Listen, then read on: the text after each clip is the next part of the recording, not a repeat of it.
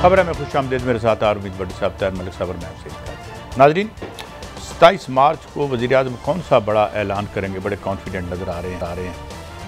इस पर एक अजीब सस्पेंस की कैफियत जारी है। हुकूमत के पास कौन सा ऐसा सरप्राइज़ कार्ड है जिस पे खान साहब बार बार बड़े कॉन्फिडेंट और कहते हैं कि जनाब इनको कुछ नहीं मिलेगा, और उन्होंने ये भी कहा है कि ये भी देखेंगे इस्तीफ़ा किसका आता है। इसके क्या मानी है, इसको इंटरप्रेट करवाएंगे अपने पैनलिस्ट से। वज़ीर-ए-आज़म साहब की चौधरी निसार अली खान से मुलाकात भी हुई है, क्या इसमें लेना देना हुआ, क्या उन्होंने यकीन दहानी करवाई या कुछ नहीं, सिर्फ महज मुलाकात थी। उधर सदारती रेफरेंस बेंच पर जनाब जस्टिस काजी फायज़ ईसा साहब के तहफ़्फ़ुज़ात हैं कि लेटर जो है वो सामने आया है, इस पर भी हम बात करेंगे। मगर भट्टी साहब नंबर गेम में तो वो हुकूमत लगता है कि नहीं है उसके पास, मगर खान साहब बड़े पुरएतमाद हैं और वो कह रहे हैं कि मेरे पास एक सरप्राइज़ कार्ड है। बिस्मिल्लाहिर्रहमानिर्रहीम। देखें काजी साहब आज जो वज़ीर आज़म साहब पहले हमेशा ही उनकी तमाम जमात के लोग कह रहे थे तुर्क का पता मेरे पास है, तो 27 मार्च है। जब आप अदम एतमाद हो जाए, जो मैं आईनी तरीक बात करूं, उसमें आप असम्बली नहीं तोड़ सकते। और वज़ीर आज़म ने यहाँ तक आज कहा कि मेरी जान भी जाती है जाए, मैं डाकुओं को NRO नहीं दूंगा, दूसरा हुकूमत जाती है जाए, इस्तीफ़ा नहीं दूंगा। अब इसके अलावा उनके पास कोई मुल्क में बहुत बड़े ओहदे की तब्दीली के अलावा मेरे ख्याल में और कोई ऐसी चीज़ नहीं रहती जिसका सियासत पे या किसी चीज़ पे असर हो या मुल्की हालात को तब्दील कर दे। चीफ सेक्रेटरी को बदलेंगे तो 100 बार, आगे भी 10-11 बदल चुके हैं। किसी वज़ीर को लगाते हैं, ये भी कोई ख़बर नहीं है। एक ही खबर है ना, किसी अहम तरीन शख्सियत के बारे में वो फ़ैसला जो उन्हें नहीं करना चाहिए, जिसका वो अदारा मुतम्मल नहीं हो सकता, वो फ़ैसला कर दे। लेकिन उन्होंने कहा सरप्राइज़। इसके अलावा देखें ना, दो चीज़ें हैं। एक हम कह रहे थे कि ये वोट नहीं डालने देंगे, अब ये सुप्रीम कोर्ट को यकीन दहानी करा चुके हैं कि वो मुनर्रफ अराकीन वोट डालेंगे।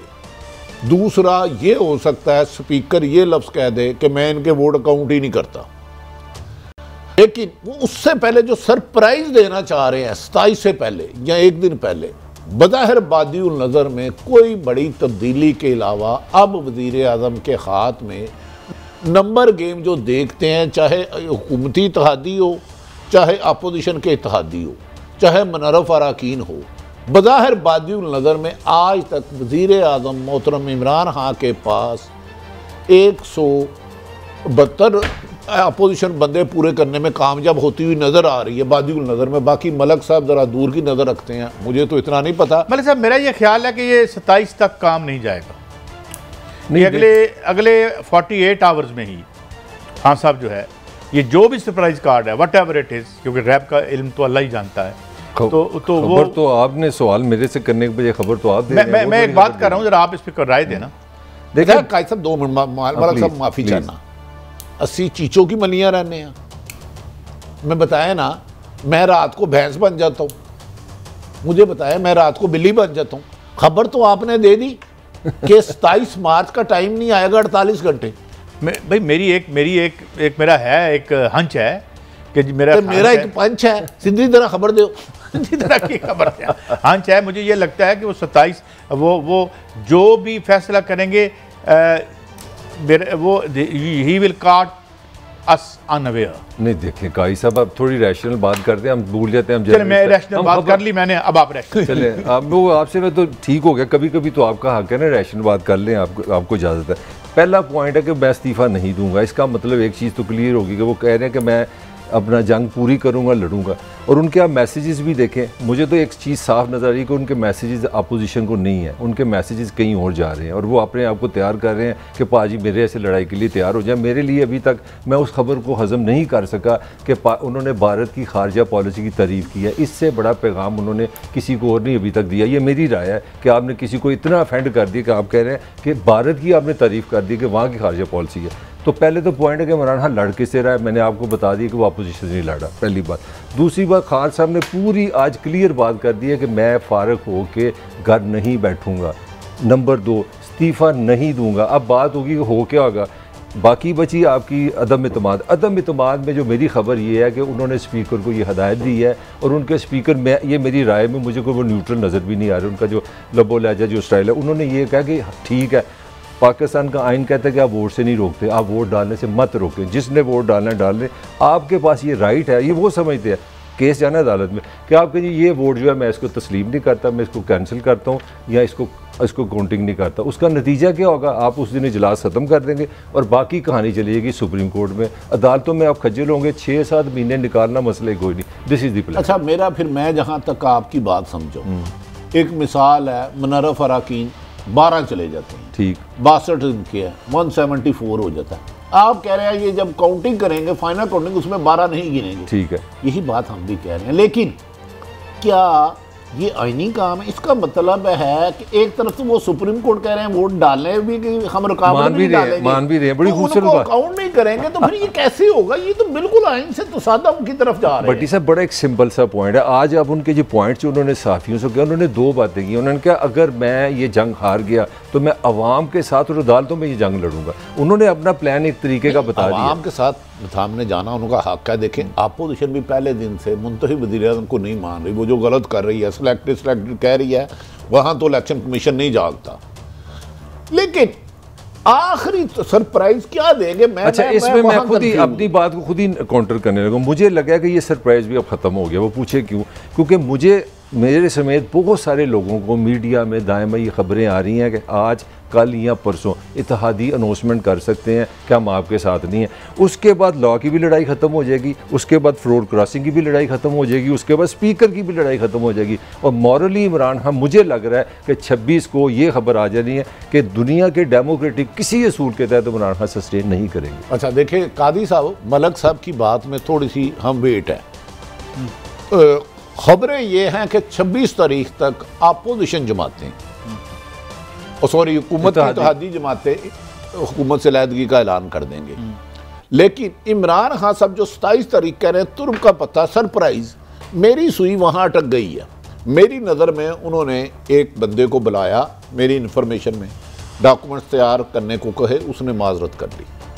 वो पता नहीं डॉक्यूमेंट्स कौन से थे कौन नहीं, क्योंकि जैसे उन्होंने जाते जाते अपने प्रिंसिपल सेक्रेटरी को बैकडेट में साइन कर दिया, उसको वर्ल्ड बैंक में भेज दिया। अच्छा, वो क्या नाम है उनका यार, वो जो खान साहब है, आजम खान साहब, तनख्वाह बड़ी अच्छी मिलती है वर्ल्ड बैंक में। वो नहीं, तनख्वाह नहीं, जो उन्होंने इधर मिल गया उनको 3.5 सालों में, वो तो कोई ख्वाब भी नहीं देख सकता है। लेकिन मलक काजी साहब, हमारी बात आ गई, ये अदम एतमाद एक आईनी है, इसमें मुनर्रफ अराकीन के वोट नहीं गिनते। ये भी स्पीकर साहब ने अगर 14 दिन में नहीं बुलाया इजलास तो वो ये भी नहीं कर लें।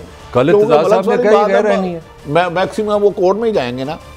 लेकिन इसके बावजूद आप क्या समझते हैं, जो लोग सोच रहे हैं गैब का इल्म तो अल्लाह के पास है ना, हो सकता है ब्लफ हो रहा हो दोनों तरफ से, कुछ करे ही ना, तो क्या ऐसा बड़ा फैसला कर सकते हैं जिससे मुल्की हालात में एकदम भूचाल सा आ जाए?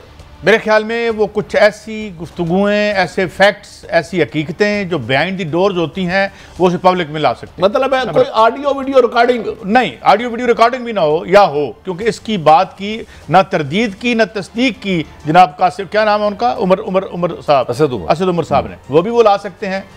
जो उनकी बहसें होती रही हैं, जो स्टेक होल्डर्स हैं उनके साथ, उसके कंटेंट को भी बाहर ला सकते हैं की बात करूं, लफ्ज में अंग्रेजी का इस्तेमाल करेंगे कि बात नहीं कर रहा, सुन लेना बात। और लेकिन एक बात आपसे मैंने करनी है, ये इसमें देखो यार, हमें तरकीब, मैं खान साहब का सबसे बड़ा क्रिटिक हूं, मैं उनके माशी फलसफे के शदीद खिलाफ हूं, मगर मुझे ये बताएं क्या थी फॉरेन पॉलिसी आपकी?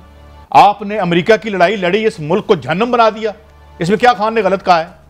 मुझे ये बताएं। और इंडिया किसी मुल्क की लड़ाई अपने मुल्क में लेके आया है क्या? यहां पर पॉलिटिकल इंजीनियरिंग करके ये जहरीले बूटे जो आज इस मुल्क की बुनियादों को खा रहे हैं सियासत में लाके, इंडिया ने ये किया है क्या? आज तक इंडिया के, मैं आज और तारीफ करता हूं इंडिया की, आज केजरीवाल जीता है, सबसे पहले उसको 3 मुबारकबादें पिछले सीएम्स ने दी हैं। ये जिन बंदों को आपने तैयार किया था, ये अपनी जीत के अलावा किसी इलेक्शन को ठीक ही नहीं समझते। और यार मुझे ये बताएं कि इंडिया क्वेड में चला गया, उधर से फायदा उठा रहा है, रूस से फायदा उठा रहा है, आपने क्या किया? 17,000 बंदे यार, मुझे ये क्या है? सुन लिया आपको, सुन लिया। देखें, आपने 3.5 साल में इमरान खान फंसा कहाँ पे, ये सारी मेरी राय। आपके पास ये बताने को कुछ नहीं कि मैंने महंगाई काम की, मैंने बेरोजगारी काम की, मैंने पास में खुशहाली लेके आया, आपके पास बताने को कुछ नहीं है। इमरान खान मुझे इस पॉइंट का जवाब दें कि इसमें अवाम कहाँ गलत है? वो महंगाई की बर्बाद कर दिया, मुल्क का काजी, don't do that, let me finish, no let me finish काजी यार, प्लीज पॉलिसी पे की, प्लीज लेट मी फिनिश। अब 3 चीजों पे इमरान खान लड़ रहा है। वो किस पे? पहले सिविल अपना सुपरमेसी, जो भट्टी साहब दरमियान में आपसे बात कर रहे हैं कि कोई ओहदा या कुछ वो फैसला कर सकते हैं, वो ये एक पॉइंट लेने के लिए नवाज शरीफ का कि मैं पाकिस्तान में सही जमहूरियत परस्त हूँ और मैं सरकारी जो ओहदे हैं उन पर डोमिनेट करूँगा। पहला ये देखें, आप ये 27 को समझेंगे मैं क्या कहना चाह रहा हूँ। दो चीज़ें ये हैं कि इमरान खान ये साबित करेंगे कि अपोजिशन को फॉरेन फंडिंग मिली है, ये बाहर से पैसा लेते हैं, ये करप्ट हैं, ये 2 नंबर है। इमरान खान इन 2 चीज़ों के साथ अगले इलेक्शन की तैयारी है, ये मेरी अंडरस्टैंडिंग। एक फिक्रा देखिए, बाहर से पैसा लिए बगैर भी आप 2 नंबर हो सकते हैं, इस बात को छोड़ें आप। अच्छा, पैसे 2 नंबर की बात नहीं, अब मैंने बात नहीं करना चाहता, पैसे 2 नंबर कोई नहीं होता। आज से 6-7 साल पहले हमारा एक दोस्त उम्रे के लिए गया अपनी मोहतरमा जोजा के साथ, तो वो मदीने में था, मक्के में था, तो जिसका होस्ट था उसने उसकी बड़ी अच्छी मेज़बानी की, बहुत अच्छी बाला तरीन होटल में। तो उसने कहा यार ऐसा करके मैंने मदीने जाना है, तो तेरी बड़जाई कहती है कि चार्टर्ड प्लेन में जाना है। चार्टर्ड प्लेन मतलब ज़ाती प्लेन किराए पे लेके आप। तो उसने, वो बंदा वहाँ सऊदी अरब के हालात जानता था, उसने कहा कि यार वो बड़ा महंगा है, रहने दे, हमारे पास बड़ी लग्जरी गाड़ियाँ। उन्होंने पता किया तो $35,000 का था। वो है दोस्तों पे पैसे लगाते हैं, वो आप ठीक कहते हैं, मैं उस तरफ नहीं जाता, इस कहानी को छोड़ देता हूँ। लेकिन आप कह रहे हैं कि वज़ीर आज़म ठीक कह रहे हैं, खालिदा पॉलिसी ठीक होनी चाहिए। इस अक्टूबर से पहले अगर कोई कहीं खदशात हैं, जो कि हुकूमत भी कहती है फौज और वो एक शेरो शिकन है, इसमें कोई शक भी नहीं, होना भी चाहिए, तो अक्टूबर से पहले तो इमरान खान साहब के बारे में अपोजिशन कहती थी कि बाज़ अदारे इनको सपोर्ट कर रहे हैं, तो 3.5 साल इन्होंने फिर खारिजा पॉलिसी ठीक क्यों नहीं की इमरान खान साहब ने? करनी चाहिए थी।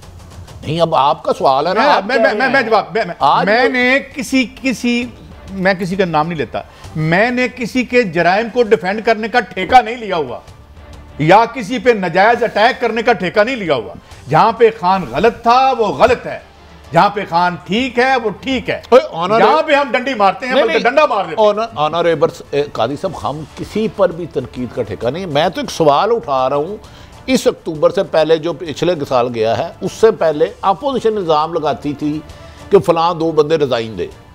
तो मेरा मतलब है कि अगर आज वज़ीर आज़म समझते हैं कि भारत की पॉलिसी अच्छी है, तो इनको तो बिल्कुल फ्री हैंड मिला था, इन्हें करनी चाहिए थी। मेरा और आपका एक ही मौक़िफ़ है, मैं ये नहीं कह रहा जो गलत कर रहा। मैं कहता हूँ किस दिन ज़फ़र अली साहब को ले लेंगे और उनसे पूछेंगे कि पाकिस्तान की फॉरेन पॉलिसी में कौन कौन से हमारे बड़े बैठते हैं, जब मेजर डिसीजंस होते हैं, उसमें सिविलियन जो आपकी जो है वो कितना उनका हाथ होता है, क्योंकि हमारे यहाँ हमारी जियो स्ट्रेटजिक पोजीशन है, हमारे इर्द गिर्द दुश्मन बैठा हुआ है। तो आप दोनों से जो मैं सवाल करना चाह रहा हूँ, मुझे खुशबू आ रही है कि 27 तक ना इमरान खान साहब नवाज शरीफ 2 बनने जा रहे हैं, इस पे आप क्या कहते हैं दोनों? नहीं, मेरा नहीं ख्याल, मैं नवाज शरीफ से 2 वो एक आप लेवल पे कह सकते हैं कि एस्टेब्लिशमेंट में जो है, मेरा ख्याल में कि मेरे अगर खबर गलत है या नहीं है, आपने शुरू में कहा था 27 से पहले कुछ होने वाला है। मेरी एक खबर में कंफर्म करके बताऊंगा, 2018 के इलेक्शन में सबसे ज्यादा वोट जो आर्मी के वोट एक दिन पहले हो जाते हैं, सबसे ज्यादा खान साहब ने लिए। अच्छा, भट्टी साहब बोल रहे हैं, आज जो मीडिया के कुछ लोग हमारे साथी भाई मिले हैं, उन्होंने उन्हें सवाल भी किया है कि आर्मी चीफ पे भी और जनरल फैज़ के बारे में भी कि उनको बना रहे हैं, तो उस पर सुना प्राइम मिनिस्टर हंस पड़े हैं। तो क्या ये इस किस्म की? मेरी इतला ये है कि खान साहब के जो लोग इन चंद दिनों में उनसे मिले हैं, नहीं आज जो मिले हैं, जो आज मैं उन्हीं से बात कर रहा हूँ, खान साहब किसी भी वाइटल जो फैसला उन्होंने करना है, इस पे उन लोगों का ये ख्याल है जो उनसे मिले हैं, उनमें से किसी एक आध का, कि कोई उन्होंने किसी के साथ कोई बंदा नहीं जानता खान साहब के अलावा कि वो 48 घंटे के बाद या 27 तारीख को वो कौन सा कार्ड है और वो क्या करने जा रहे हैं। देखो इंतजामी इस बात पे नहीं है, मैं जो आप सुन लें, कोई इंतजामी काम तो नहीं करेंगे। इत्तेफाक है कि एस्टेब्लिशमेंट बिल्कुल उनको अब नहीं देखना चाहती ऑफिस में। ये उनकी मतलब बात की नहीं, ये कैसे कह सकते हैं आप? एस्टेब्लिशमेंट देखें तो न्यूट्रल है। नहीं, आप 2 मिनट ठहर जा, मैं जवाब। एक होता है मलक साहब किसी को धक्का देना, गिर जा, एक होता है किसी धक्के देने, आपको गिर रहा डूबता तो वो कहे जी मलक साहब मुझे बचा ताकि खुद भी डूब जा। क्या अपोजिशन एस्टेब्लिशमेंट जो हमारे हैं, क्या इनके खिलाफ तो नहीं कोई कैंपेन चला रही, कोई इनके खिलाफ प्रेशराइज तो नहीं कर रही? देखें इस बात में तो सारी दुनिया मान रही है। अब ये आप कहें कि हाँ अगर हुकूमत जारिया हो सकता है इमरान खान साहब बच जाए, अगले 28 तक भी वो रहे, तो ये ज़रूरी थोड़ा है कि हुकूमत जब न्यूट्रल हो जाए, आप किसी को प्रेशर नहीं डाल रहे इधर जा या इधर जा तो आपके मेरे मुखालफ है। इसको मुखालफत, एक होता है किसी को धक्का सही बात है, एक होता है धक्का कोई गिर रहा है तो आप अपनी जगह पे खड़े रहे, भाई मैं क्यों आऊंगी, ठीक है मेरी, और आपकी ऑप्शन है, आपकी ये ऑप्शन है, आप चाहें जाएं या जाएं या ना जाएं, आपके पास उसमें है कि आप भी जब गिरेंगे तो उसके साथ आपके भी गिरने के सारे आप पर भी नाम मगर भट्टी साहब जो मैं अपने एक्सपीरियंस से देख रहा हूँ, मुझे लग गया कि इमरान खान के ज़हन में भुट्टो और नवाज शरीफ की कन्फ्रंटेशन है। मुझे लगता है कि इमरान खान सब लड़ाई चाहेंगे, वो ये एक इंप्रेशन चाह रहे हैं कि मैं फास्ट बॉलर हूँ, लास्ट बॉल तक लड़ूंगा और छोड़ूंगा नहीं। मुझे ये लग रहा है कि अल्टीमेटली ये अपोजिशन के साथ इदारों पे भी आ जाएंगे, ये मेरी फीलिंग है। देखिए मुझे नहीं पता सियासी हालत, मेरा नहीं ख्याल इदारों पे आएंगे, ये इंडिविजुअल्स का मामला। तो ये किसको बयान कह रहे हैं कि हमारी खारजा पॉलिसी नहीं है, मुझे कह रहे हैं इंडिविजुअल का मामला नहीं है। देखिए अदारों पे ही आएंगे, अदरवाइज बीइंग रिपोर्टर, मतलब है मैं अभी को 10 साफियों से बात कर रहा था इधर उधर, मैंने कहा था यार इसका आइन में लिखा क्या, उन्होंने कहा जी अपोजिशन अदम एतमाद की नंबर गेम पूरी नहीं करेगी, नाकाम हो जाएगी, वज़ीर-ए-आज़म मुंतखब रहेंगे, फिर तो लड़ाई है ही कोई नहीं। देखें इसमें ना कोई उनको फेवर करे ना कोई मुखालफत करे। हाँ जो वज़ीर-ए-आज़म साहब ने कहा अगर उनके खिलाफ गैर मुल्की चालें हो रही हैं, उसके सबूत है तो उन्हें यकीनन लाना चाहिए। मैं इस बात पे तो आप दोनों से इत्तेफाक करता हूं कि आज तक हमारी जमहूरी तारीख में जितने फैसले हमारे लॉ मेकर्स ने किए हैं उन्होंने बिल्कुल जो है अपना शफाफ और बिल्कुल किसी के इशारे के बगैर किए हैं, और उन्होंने अपने ज़मीर के मुताबिक हर फैसला किया है, और ये भी वो अपने ज़मीर के मुताबिक करेंगे। इस पे तो मैं आप दोनों से, आप मेरे से एग्री हैं, मैं भी आपसे एग्री हूं। 1 अगस्त 2019 में चेयरमैन सेनेट को भी लोगों ने ज़मीर के मुताबिक, 2017 में बिल्कुल ऐसे हुआ था। नहीं 2000 पार्टी से प्यार हो गया कि डिप्टी के वोट जरदारी से प्यार हो गया, 2017 में जरदारी को प्यार हो गया। ये नजायज काम साथ ना देने पर आपको मैं मुल्ज़म ठहरा दूं। 2017 ख्वाहिशात आप पूरी नहीं कर रहे तो आप गलत है। नहीं देखना, लेकिन नहीं वो वक्त बदल गया, उस वक्त तक खराबी होती थी, अब कोई इशारा नहीं, अब बिल्कुल शफाफ अंदाज में जाएंगे, इनको कुछ नहीं मिला, और बिल्कुल ये इमरान खान साहब की गलत पॉलिसियों की वजह से नाला हो। इमरान खान साहब की हम पॉलिसियों पे फिलहाल तनकीद नहीं कर रहे, हम तो मौजूदा आज जो उनकी मीडिया के दोस्तों से भाइयों से बात हुई है कर रहे हैं। अपोजिशन जो कर रही है, अगर करप्शन करिए करे, लेकिन मेरा एक ही है, मैं 1000 बंदे को फ़ोन कर चुका हूँ कि यार आखिरी सरप्राइज़ क्या दे सकते हैं। उस मौके पर उन्होंने कहा ये सरप्राइज़ मुझे तो एक पंजाबी का मुहावरा याद आ रहा है, और वो मैं उसको उर्दू में तर्जमा कर देता हूँ। पंजाबी इसका किसी इस डिस्कशन से कोई ताल्लुक नहीं है।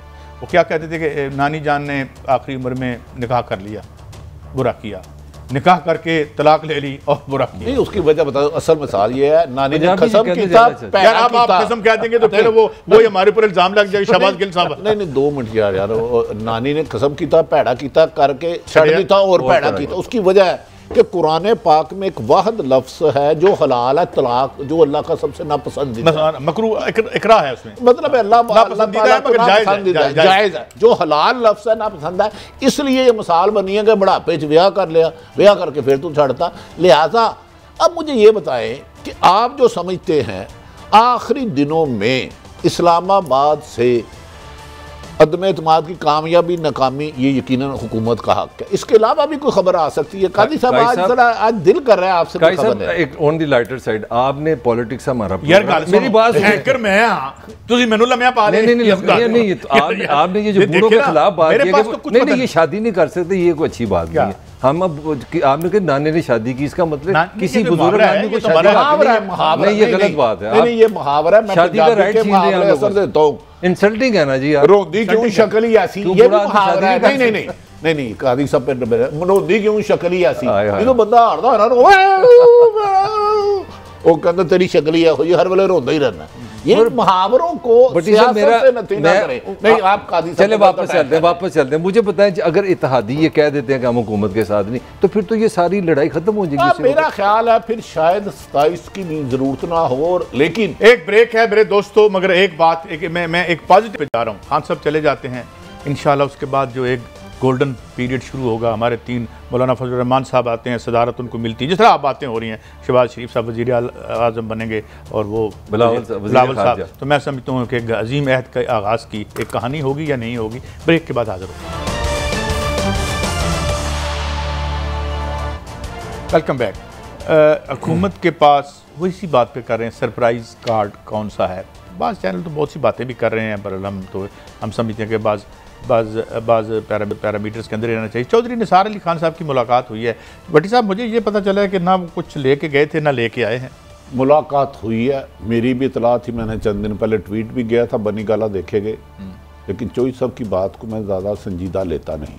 लेकिन अभी तुराब साहब हमारे प्रोड्यूसर सब कह रहे हैं कि मेरा दोस्त जो मेरा भाई है साबिर शाकर, वो जो प्रोग्राम चाह रहा है गुलाम साहब इसी वक्त साथ चल भी रहा होगा ना, वो हमारे साथ ही चलता है, हेडर दे रहे हैं कि नए आर्मी चीफ जनरल फैज़ हमीद क्वेश्चन मार्क। इसका मतलब है कि ये मामलात अल्लाह ताला मुल्क के लिए बेहतर करे।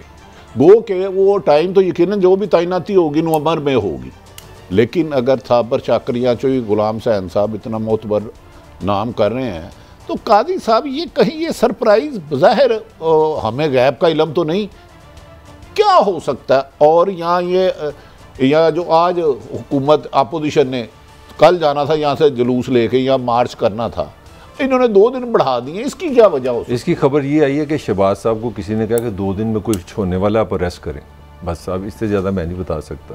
देखिए मैं समझता हूँ यार इस लेवल पे जब हमारे जनरल, आपको पता है बड़ी छलनी से निकल के आते हैं, जो हमारे टॉप के जनरल होते हैं, प्रोसेस उसमें वो सारे यल होते हैं और उसमें होना भी चाहिए, हमें तो गरज ही नहीं है। आपको पता है बड़ी साहब आप खुद ही तो कहते हैं कि जी वहाँ पे कोई सिफारिश नहीं चल दी, लेफ्टिनेंट भट्टी साहब ये सारी पैसे अपनी जगह, एक मैं कमेंट जरूर, सारी पैसे पाकिस्तान के प्राइम मिनिस्टर के पास ही हक है कि नहीं कि वो अपनी मर्जी से किसी को बदल दे, ये तो एक जायज़ ही एक डेमोक्रेटिक लीगल बात भी तो है ना। मैं किसी के हक तलफी के हक की बात ही नहीं कर रहा, हम तो इम्कानात की बात कर रहे हैं। साफ़ी वज़ीर आज़म के जो इख्तियारात है मैं तो छीन नहीं सकता, ना मेरी हैसियत है, ना मुझे छीनने चाहिए।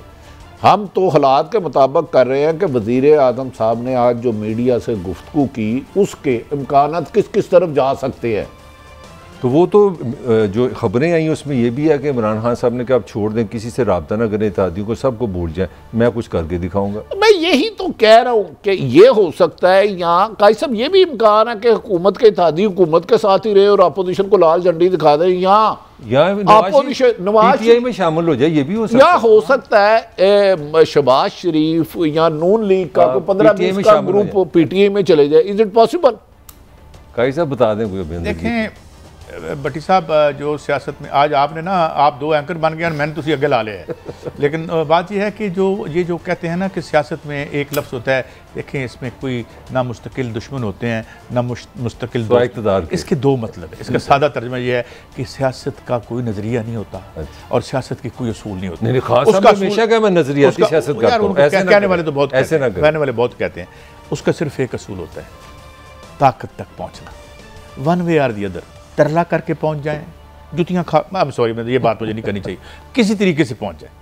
इसका मतलब ये है कि यानी प्रैग्मेटिकली। तो खान साहब कहाँ खड़े हैं ना, मुराद ये है यार, मैं अंग्रेजी में इसको कर देता हूं ताकि किसी गलतफहमी न जाए। Ends are important, means are not. तो खान साहब की जरिया जो है, जरिया अहम नहीं है।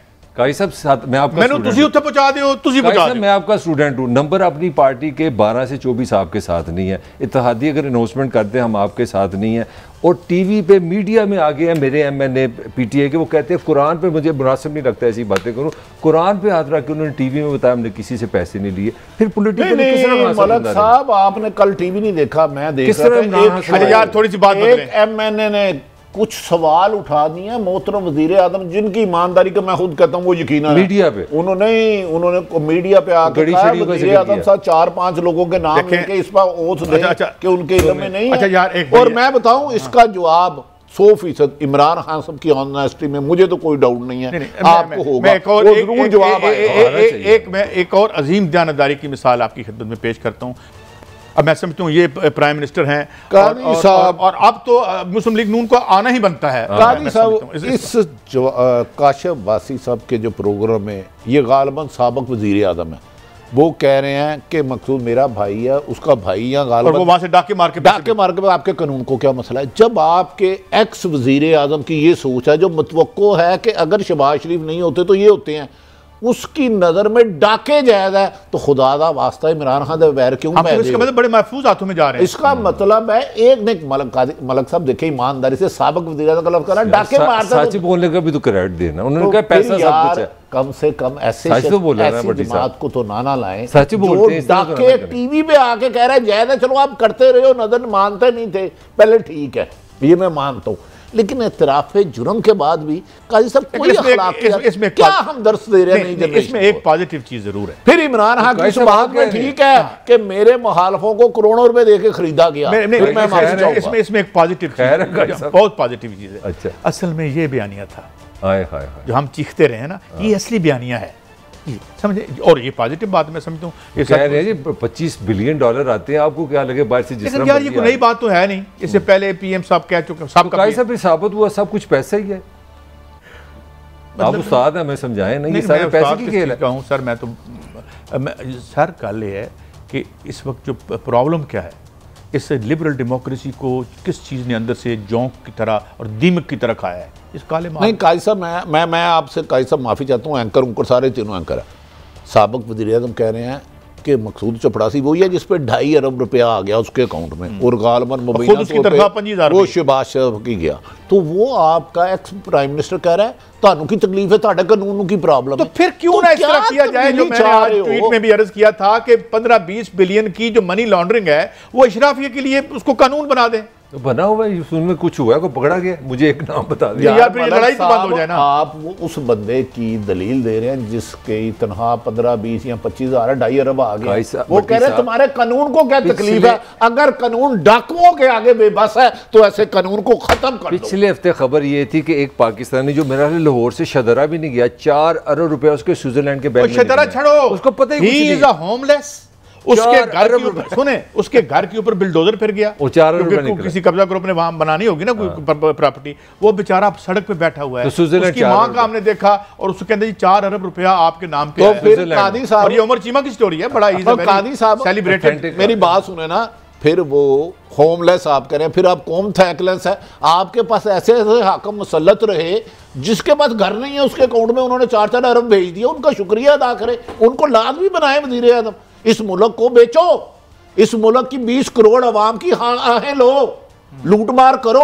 आप बड़ी दलील दे रहे हैं कि होमलेस है और ये थैंकलेस मुल्क है। देखें वो तो अवाम की, तो हम भी भट्टी साहब हम भी इस वक्त देख, इस वक्त घी का क्राइसिस है, आम आदमी खाने पीने का मसले, हम क्या डिस्कशन कर रहे हैं? घी का क्या आगे सुना है, 15-20 दिन में पेट्रोल शॉर्ट होने लगा है। कंस्ट्रक्शन बताए ना काजी साहब, सुने ये सीमेंट माफिया को वज़ीर-ए-आज़म साहब एक काम कर दें, 3.5 साल नहीं सोली, ये 730 रुपए की बोरी थी, अब 930 की हो गई है। सरिया माफिया बिकता जा रहा है।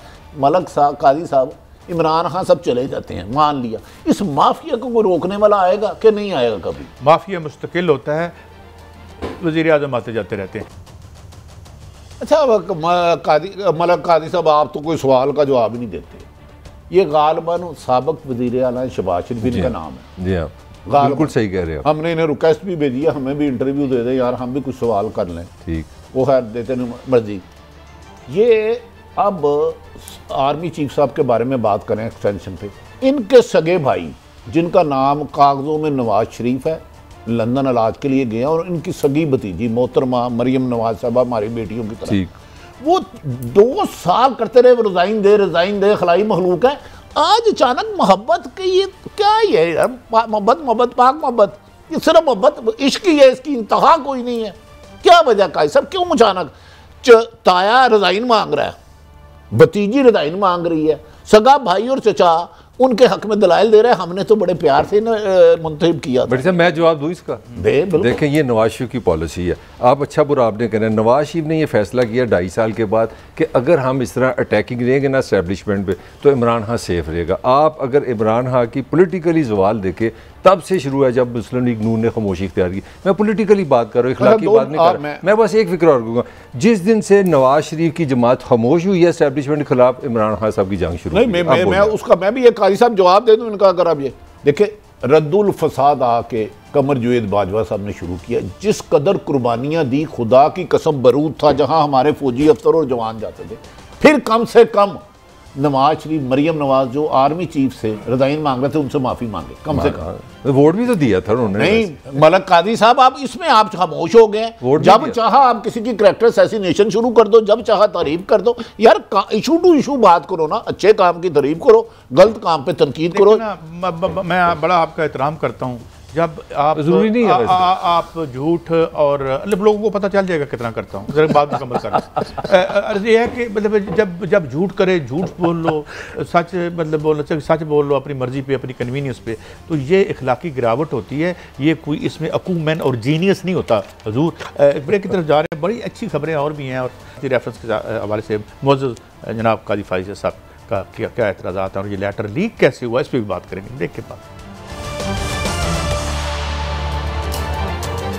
वेलकम बैक जी मलिक साहब। तो हमने तकरीबन तमाम चीज़ें डिस्कस कर ली। काजी फाइज़ साहब ने एक ख़त लिखा है जो कि चीफ जस्टिस साहब को ज़ाहिर है ये मतलब है उनका एक राइट, और मेरे ख्याल में शाह खावर भी हमारे साथ हैं। शाह साहब थैंक यू वेरी मच, आपने हमें टाइम दिया। ये जो ख़त लिखा है सदारती रेफरेंस के हवाले से जस्टिस काजी फाइज़ साहब ने, दो बातें मेरे सवालात हैं आपसे। एक तो ये कि ये किसका हक है फार्म करना बेंच जो है, क्या चीफ जस्टिस साहब जो है उनको पूछना पड़ता है किसी से, या उनका सोल प्रीरोगेटिव है? और दूसरा, इस खत में जो इतराज़ात हैं उनको आप कैसे देखते हैं जनाब शाह खावर साहब? जी अस्सलाम वालेकुम। इसमें जी गुजारिश ये है कि ये जो खत है जो कि बिल्कुल पब्लिक भी हो गया है, सोशल मीडिया पे भी गर्दिश कर रहा है और वायरल हो गया, मैं ज़ाती तौर पे बतौर वकील सुप्रीम कोर्ट और बतौर कानून के तालिब इल्म के मैं मुनासिब नहीं समझता कि इस तरह के लेटर्स जो हैं वो पब्लिक हो जाएं, और लिखना भी मैं समझता हूं कि इतना मुनासिब नहीं है। उसकी वजह यह है कि इससे जो तासुर जाता है अवाम में, पब्लिक में, ये जाता है कि शायद सुप्रीम कोर्ट ऑफ पाकिस्तान जो कि इस मुल्क की एपेक्स अदालत है, तो उसमें भी जो है इख्तलाफ है या उसमें ग्रुपिंग है। इख्तलाफ होना जो है वो बुरी बात नहीं है, जजेस में होता है। एक ही बेंच में बैठे हुए जजेस जो है वो मुख्तलिफ फैसले दे देते हैं और वो मेजॉरिटी के ऊपर जो है वो फैसला प्रिवेल करता है, उसकी तो गुंजाइश मौजूद है। लेकिन इस तरह का एक तासुर जो है मैं समझता हूँ कि इदारे के लिए बेहतर नहीं है। अब जहाँ उनके जो खत के कंटेंट्स का ताल्लुक है उसमें उन्होंने ज्यादा फोकस ये किया है कि आपने जो आर्टिकल 186 के तहत जो प्रेसिडेंशियल रेफरेंस आया हुआ है, और जो आपके पास आर्टिकल 184(3) में जो आपने 2 कॉग्निजेंसेस ली हुई है, उसके बारे में उन्होंने जो है उस पर अपने तहफ़्फ़ुज़ात का इजहार किया। हालांकि ये दोनों डिस्टिंक्ट ज्यूरिसडिक्शंस हैं। आर्टिकल 184(3) जो है ये ओरिजिनल ज्यूरिसडिक्शन है सुओ मोटो, जिसमें कि सुप्रीम कोर्ट ने लोगों के बुनियादी हकूक जिनका ताल्लुक मुफाद आमा से हो, उसके मुताबिक किसी भी मैटर को इम्पोर्टेंट क्वेश्चन ऑफ लॉ को डिटरमिन करना होता है। और वो एक फैसला होता है जिसको आप जुडिशियल प्रोनाउंसमेंट कह सकते हैं। जहां तक ओपिनियन लेने का ताल्लुक है आर्टिकल 186 में, तो वो तो प्रेसिडेंट ने एक ओपिनियन लेनी है किसी भी आइन या कानून के किसी शिक के बारे में जिसके बारे में अबहाम हो, वो फैसला नहीं होता। वो सुप्रीम कोर्ट बाउंड है कि उसके बारे में ओपिनियन फॉर्म करके वापस प्रेसिडेंट को भिजवा दे, और प्रेसिडेंट भी बाउंड नहीं है उस ओपिनियन को मानने के लिए, वो फिर भी अपनी राय कायम कर सकता है। अच्छा शाह खावर साहब, जरा मैं एक गुजारिश करता हूँ, एक तो बताइएगा कि जो बेंच बनाना है, बेंच बनाना सुप्रीम कोर्ट के ऑनरेबल चीफ, ये किसका अख्तियार है? और दूसरा, क्या इस किस्म के एक सीनियर मोस्ट जस्टिस मोहतरम फायदी साहब एक लेटर लिखते हैं और उसी दिन पब्लिक भी हो जाता है? क्या सुप्रीम कोर्ट के डॉक्यूमेंट्स इतने आसानी से लीक हो जाता है कि चीफ जस्टिस को लेटर लिखा गया है, लिखने वाले का उस दिन पूरे सोशल मीडिया पे वायरल भी हो गया, अमूमन तो बड़ी मुश्किल होती है को कॉपी लेने में? जी भट्ट साहब, मैं आपको बताऊं कि ये तो सुप्रीम कोर्ट रूल्स में बिल्कुल वाजे है कि जो बेंचेस की तश्कील है और बेंचेस में किस किस जज ने आना है, वो तो चीफ जस्टिस ऑफ पाकिस्तान का इख्तियार खुसूसी है, उनका प्रीरोगेटिव है, वो कोई भी उस पर क्वेश्चन नहीं कर सकता। अब बात ये है कि एक चीज और जो सामने आई है वो ये है कि इस जो लार्जर बेंच बना है जो प्रेसिडेंशियल रेफरेंस के लिए, उसमें पॉइंट आउट किया गया है कि उसमें सीनियरिटी पे फ्लां मेंबर्स पे जूनियर जजेस को उसमें शामिल किया गया है, जबकि वहां पे सीनियर्स होने चाहिए थे। ये ठीक है, इसमें कोई शक नहीं है कि ये रवायात जरूर रही है कि वो जो इम्पोर्टेंट कॉन्स्टिट्यूशनल मैटर्स होते हैं उसमें सीनियर मोस्ट जजेस को रखा जाता है और चीफ जस्टिस उसकी सरबराही करते हैं। लेकिन ये कहीं पे हार्ड एंड फास्ट रूल नहीं है। उसकी वजह ये है कि अगर आप आर्टिकल 176 को अगर पढ़ें आईन पाकिस्तान की, वो कॉन्स्टिट्यूशन ऑफ सुप्रीम कोर्ट की बात करता है।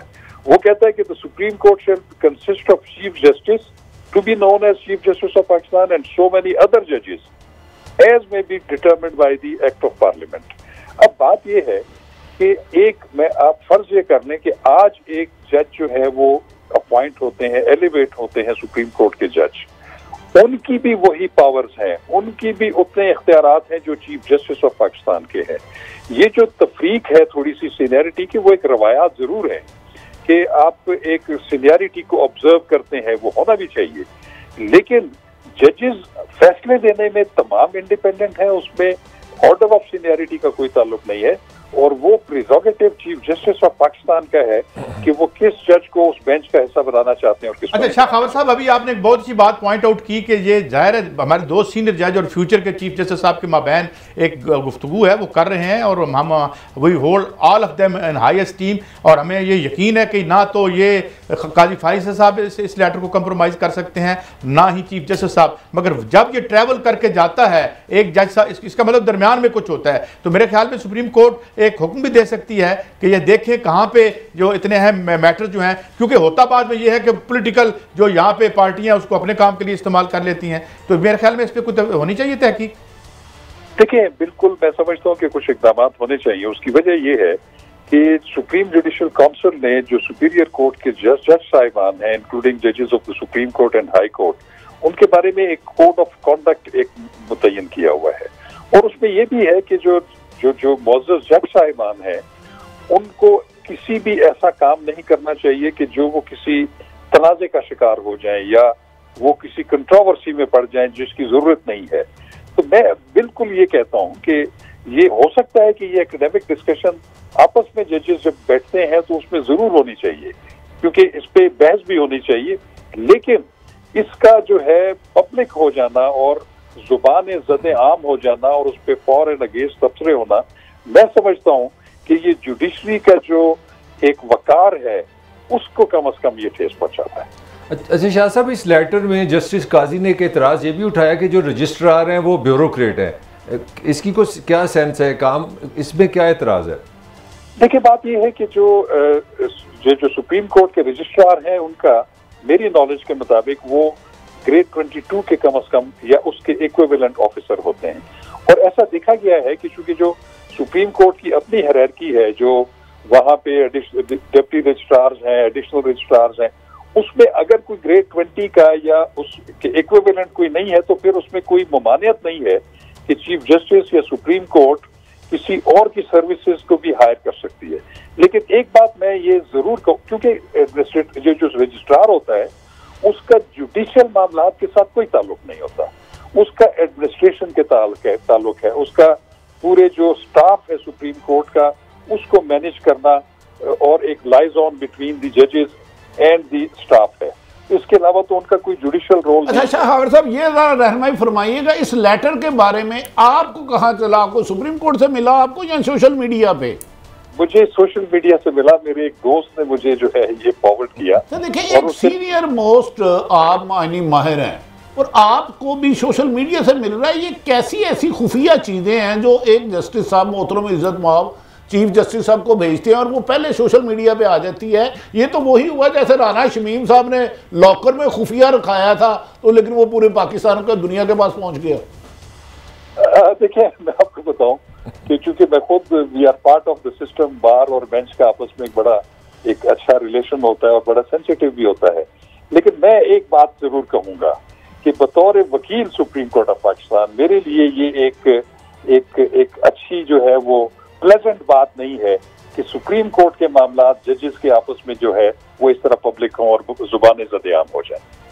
अच्छा, आखिरी सवाल शाह खबर साहब, ये 63A का जो मामला है, आप इस पर पहले भी हमें बता चुके हैं, लाइटन कर चुके हैं। जस्टिस मुनीब अख्तर साहब ने इस पर एक रिमार्क दिया था कि जी जो वोट है वो तो पार्टी का एक कलेक्टिव मिल्कियत है, जिस तरह मैं समझ सका उसको, अगर या मुझे करेक्ट कर दीजिएगा, तो इसको आप कैसे देखते हैं? देखिए, ये जो ऑब्जर्वेशंस होती हैं मुख्तलिफ समात के दौरान, इसको हमें इस पे कोई राइम नहीं कायम कर सकते और करनी भी नहीं चाहिए। उसकी वजह ये होती है कि ऐसे सवालात कभी जो वकला बहस कर रहे होते हैं तो उस बहस के कंटेक्स्ट में एक जज साहब के ज़हन में एक सवाल आता है, तो उससे फिर कोई आप कंक्लूसिव राय जो है वो कायम नहीं कर सकते। तो अभी चूंकि इस केस की इस रेफरेंस की समाअत होनी है, अभी मुख्तलिफ स्टेक होल्डर्स ने इसने अपने अपनी जो है असिस्टेंस देनी है, तो उसके बाद सुप्रीम कोर्ट इस पे एक जो आइन की स्पिरिट के मुताबिक उसको जो है ओपिनियन देगी। एक बात याद रखिएगा कि सुप्रीम कोर्ट ऑफ पाकिस्तान की ये जो जुरिस्डिक्शन है 186 की, ये कोई जुडिशियल ऑर्डर नहीं होगा, ये कोई जुडिशियल प्रोनाउंसमेंट नहीं होगी, ये सिर्फ एक ओपिनियन है। It will not be binding नहीं है, और बल्कि यहाँ तक है कि जब ये opinion supreme court president of Pakistan को दे देगी तो वो प्रेसिडेंट ऑफ पाकिस्तान के ऊपर भी बाइंडिंग नहीं है, इसका सिर्फ परसुएसिव इफेक्ट है।